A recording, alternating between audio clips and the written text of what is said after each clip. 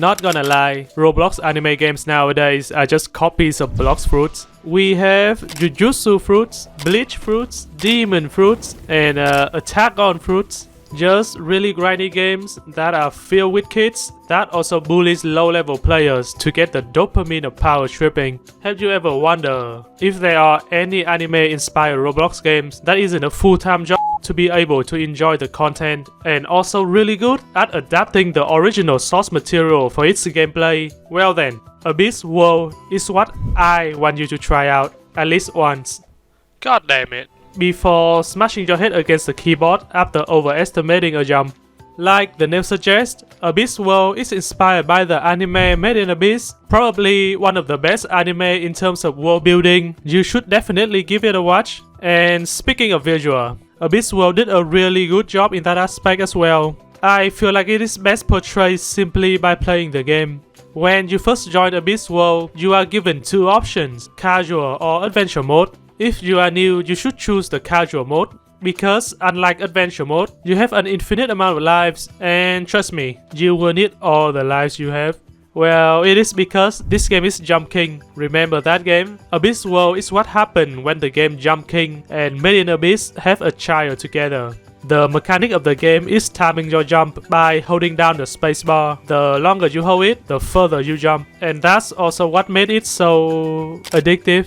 When we are first spawned in, it seems like we are in a Christian church of sorts, yet a suspiciously looking Buddhist monk greets us. He says that we, the players, are drawn to the abyss, the massive hole in front of us. This is the surface level. As we can see, houses and buildings surround the surface level of the abyss. Like the anime or manga, this hole here is not only an anomaly, but also kinda like a tourist attraction. That's why people want to live near it. Oh, also I highly recommend you to play the game in the highest graphical setting, because this is what the lower graphic setting looks like.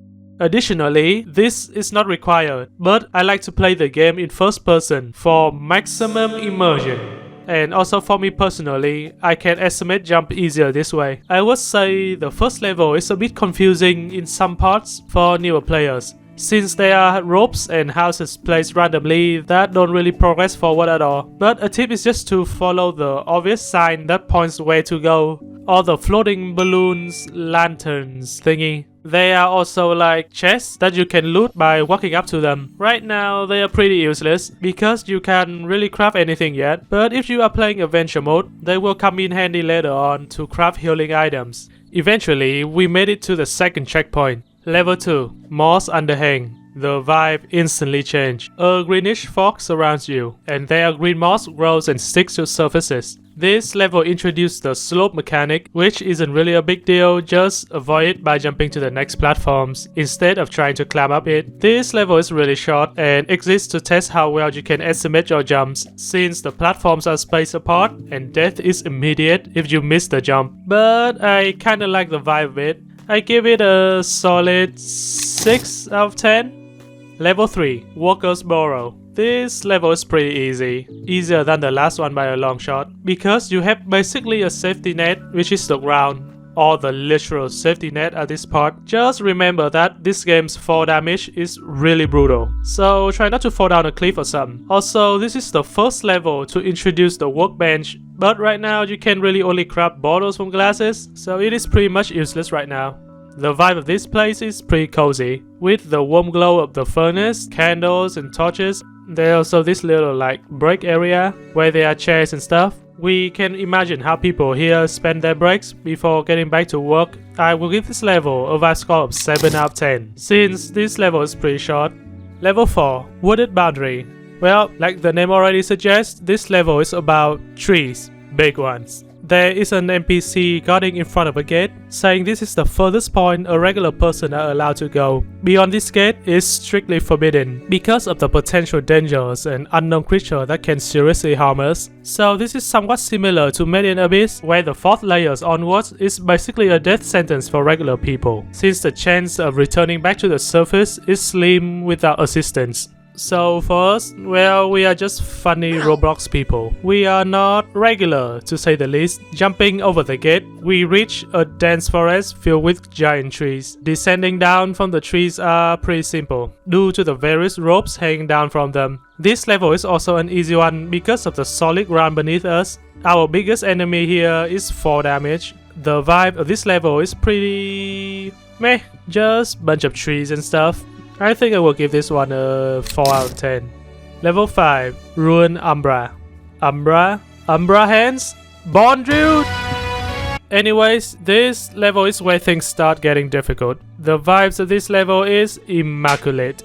Right away, the checkpoint is in an ancient ruin building. Then we have to navigate and jump across a collapsed bridge, and then enter another ancient overgrown ruin. The jumps also start to get more and more difficult the further down we go. There's this stupid jump that is literally blocked by the leaves of a tree, very annoying.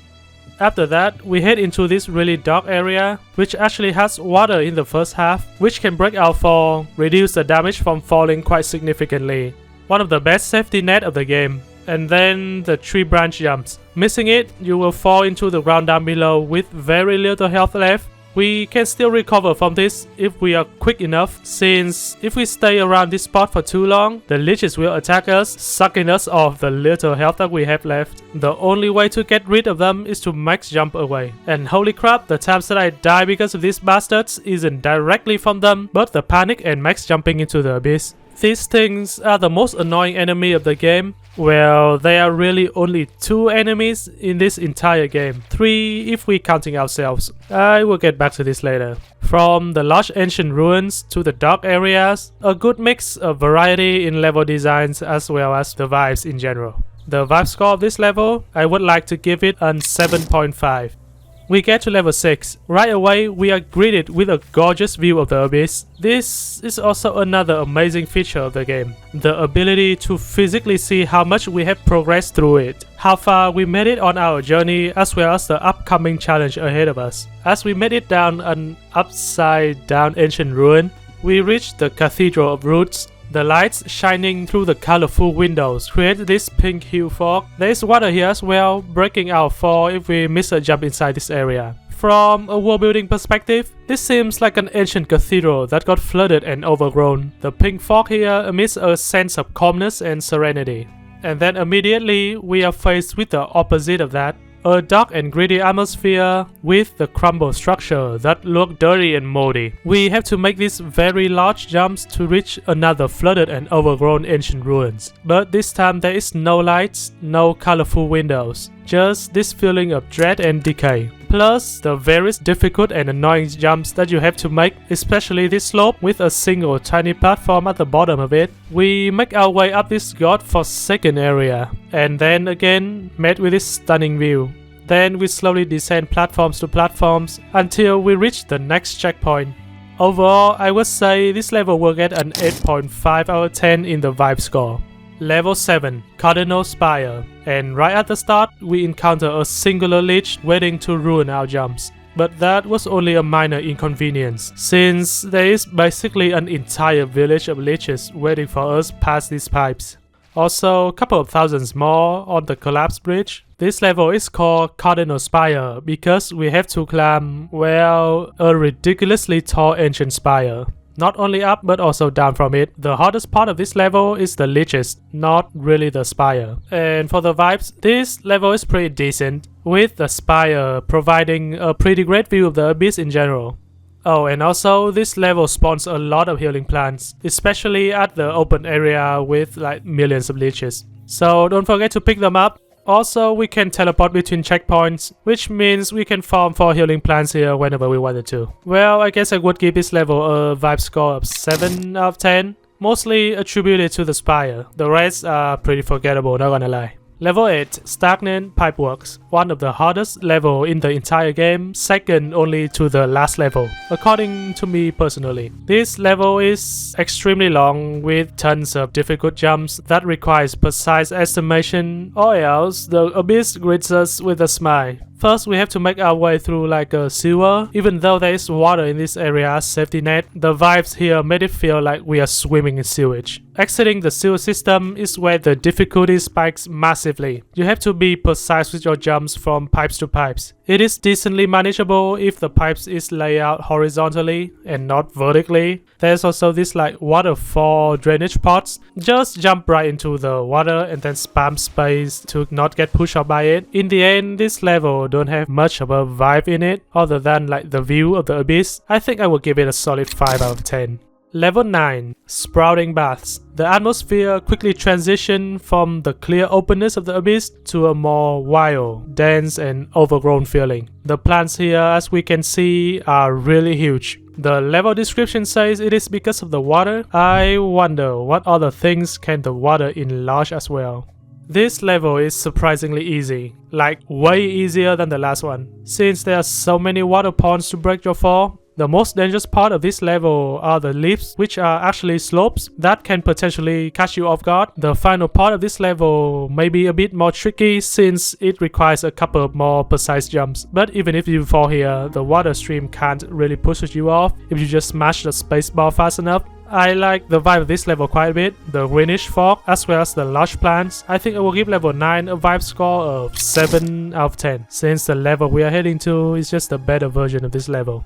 Level 10. The Diminished Spire. A really cool level, not just because of the vibe and scenery, but also the introduction of a new enemy, the giant fox, the second and last enemy of the game. This thing is pretty cute. It isn't anywhere close to be as annoying as a leech, because it is really easy to avoid since the fox kinda acts as a death barrier if the player misses a jump. Making our way past the fox by simply jumping onto the obviously hanging ropes and across some branches and massive leaves, we slowly descend from the spire and have to cross this river. The water stream here is really violent and can easily push you down into the abyss. We have to quickly jump across these lily pads since they act as a temporary platforms before sinking down into the water. Then we have to jump up to a more permanent surface like these flowers and leaves. From here it is pretty easy to navigate. Also, the first moving platform is introduced to us here. The moving cubes. Maybe they are powered by some sort of ancient technology created by people who once lived down here. Who knows? Passing a cage that houses another fox in it, and we make it to the next checkpoint. This level overall is really good. Not only gameplay wise by introducing various new mechanics, but also the level design and the vibe here is really amazing. I will give this level the vibe score of 8 out of 10. Level 11. Plantation. Right next to the checkpoint, there's this garlic looking ass house with a funny little guy in front of it. Right next to him is a cauldron that you can craft and brew potions. You will need a glass bottle first, and luckily there's a workbench right behind the house. If you were gathering items from chests from the earlier levels, this is the place to use them up. Back to the main topic. Level 11 is quite special in a way that there are various ways to traverse around. The earlier levels were pretty linear, with really only one path to progress to the next level. Well, level 11 is different. I was lost and confused on where to go so many times in this level when I first started playing. Even following the balloon still doesn't help much, but it does make for an unique experience. Jumping up and down giant leaps, in and out of massive cages, and on and off giant flowers. Finally seeing the way forward because of these special signs here, and then immediately missing the jump. Great. Trying to remember which path I took last time, ended up in a different spot, but either way still managed to make my way to the town of Onyonya. The houses of this town are pretty goofy. Radishes, carrots, pretty cute. Then we have to make some really risky jumps onto these small leaves and branches and make it to these moving cubes in order to reach the next checkpoint. Dying here is a pain since the level is quite long. This level is pretty vibey, especially at the town. The giant leaves gimmick kinda start to grow old on me, so I think I will give this level a solid 7.5 on the vibe score. Level 12. Onyonya. Funny thing is, the first thing we do is leaving Onyonya. jumping on the moving cubes and dodging these vines here. Little bit of hole in the wall action, you know. Then onto this island with strangely white looking water. Don't get me started with the neon pink and blue glow of the mushroom and plants mixing together with the dark and bluish hue inside the cave. Damn, this is a vibe. This level also introduced a new mechanic, the buttons, that we have to touch in order to activate the opening of a door. These buttons are timed, and once pressed, we have to be quick with our jumps. But the time given are quite generous, so we don't have to worry much about that. Exiting the cave system, we arrive at a large opening with waterfalls and tree branches that are unusually colored. We finally reach the final level of the game. The environment completely changes from semi-natural to unnatural. The branches and leaves become white, the grass and moss turns blue, and a permanent pink hue surrounds us. Not because of the color glass window like last time, but it is the natural lighting alone that emits the color. There is also this permanent thick cloud above us that blocks our ability to see upwards. It is like we have made it past a threshold of normalcy. We have arrived in a different world altogether now. We are at the final route leading to the world gate. This level, I like to give it a vibe score of 9 out of 10. Not much have to be said other than that. Level 13, Hack Tree Repose, surpassing level 8 in difficulties by a large margin. This level is not only long, but also taking all of the previous mechanics in earlier levels and mashing them up into series of challenges that we have to overcome in order to reach the world gate. The first jump we have to make is already a long jump to a rope. After that, we have to precisely descend by jumping down these leaves. And after that, a slope jump onto a pool of water, which brings us to these pillars, where we have to jump up to. Then into a cave with a water stream, which we have to quickly get out of, or else. And good job for reaching the actual real start of the level. Making our way onto this large tree with small slopes that can easily slide us off the cliff and into the abyss. Down the ropes into the giant cage. Well, luckily this cage doesn't have a giant fox trap in it. Lore-wise, I guess this is so deep down that life here isn't sustainable for those creatures. After that, we slide off these branches into a pool of water where we have to use ropes to climb downwards, or else the water gonna float us up. And then right after that, we make our way to this tree part. Here, two mechanics are used: button presses and wall jumps. Making our way up and inside of the tree, there is this really risky jump that the developers probably made it the intended way, but it is stupidly unnecessary and risky. We can avoid that jump entirely by max jumping to the next area. Climbing down, we reach this wall with deliberately small mushroom growing out of it. Jumping onto them and be extremely precise, or else the abyss is where we're going next. Then this rope jumps that is extremely hard and annoying. Too light of a jump, you fall. Too heavy, you hit your head on the ceiling and fall. If you are lucky, you will land in a small pond with broken knees and ankles. Then we jump inside a flooded cave where there are buttons that we have to press in order to open a door. Since two of the buttons are under the water, we have to use ropes to climb downwards, or else we just float up like a buoy. Exiting the room, these are the final jumps, separating us from the world gate. And oh boy, half a second of holding the spacebar for too long, and you will have to do this all over again. That blue mushroom platform is basically the final skill check. Since the rest of the level, we really only have to track carefully and not get caught off guard by the branch slope. So this is it, level 14. We have reached the end of Abyss World. Arriving at the world gate, we meet an NPC, an avatar of the developer of the game, promising us that there will be more to explore, more levels later on, but it has been quite a few years and the gate remains closed. Well, for the vibe score,